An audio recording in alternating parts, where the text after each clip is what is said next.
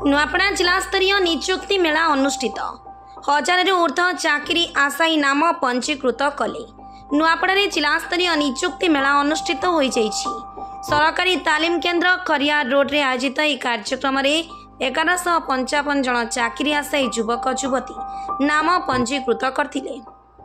जिलापाल मधुसूदन दास अध्यक्षतार अनुष्ठित यह उत्सव में मुख्य अतिथि भाव में नुआपड़ा विधायक राजेन्द्र प्रसाद ढोलकिया, सम्मानित अतिथि भाव में जिला आरक्षी अधीक्षक जीआर राघवेन्द्र, नुआपड़ा ब्लॉक अध्यक्षा तारेश्वरी साहू, अध्यक्षा विज्ञापित अंचल परिषद खरियार रोड डॉक्टर सोनिया जैन, उपाध्यक्ष निशांत डाका, सभापति Khariar road chambers of commerce Sandeep Sharma, अध्यक्ष सरकारी शिल्प तालीम केन्द्र सरोज दास प्रमुख जोग देथिले।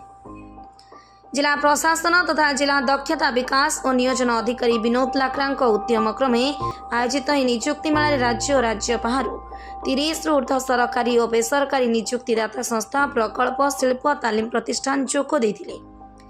एही मेला जिलार समस्त 5टी ब्लॉक तथा जिला बाहर चाकरी आशायी युवक युवती विभिन्न शिक्षागत योग्यतार अंश ग्रहण करथिले। समस्त बीडीओ ओडिशा जीविका मिशन तरफ सेमानंक आसीबा पई मागणा बस सेवा जोगाई दिया जायतिला। शिविर परिचालन ईओ विज्ञापित अंचल परिषद खरियार रोड कमलासन रथ। एठारे समस्त कर्मचारी सरकारी तालीम केन्द्र खरियार रोड रो समस्त कर्मचारी नियोजन कार्यालय कर्मचारी सहयोग करथिले। योग्य प्रार्थी प्रार्थीनी मानंकु अति शीघ्र नियुक्ति प्रदान कराजियो बोली जिला नियोजन अधिकारी जणाइछन्ति। नुआपड़ा जिलारू ओम प्रकाश चौधरी रिपोर्ट साई सत्य न्यूज।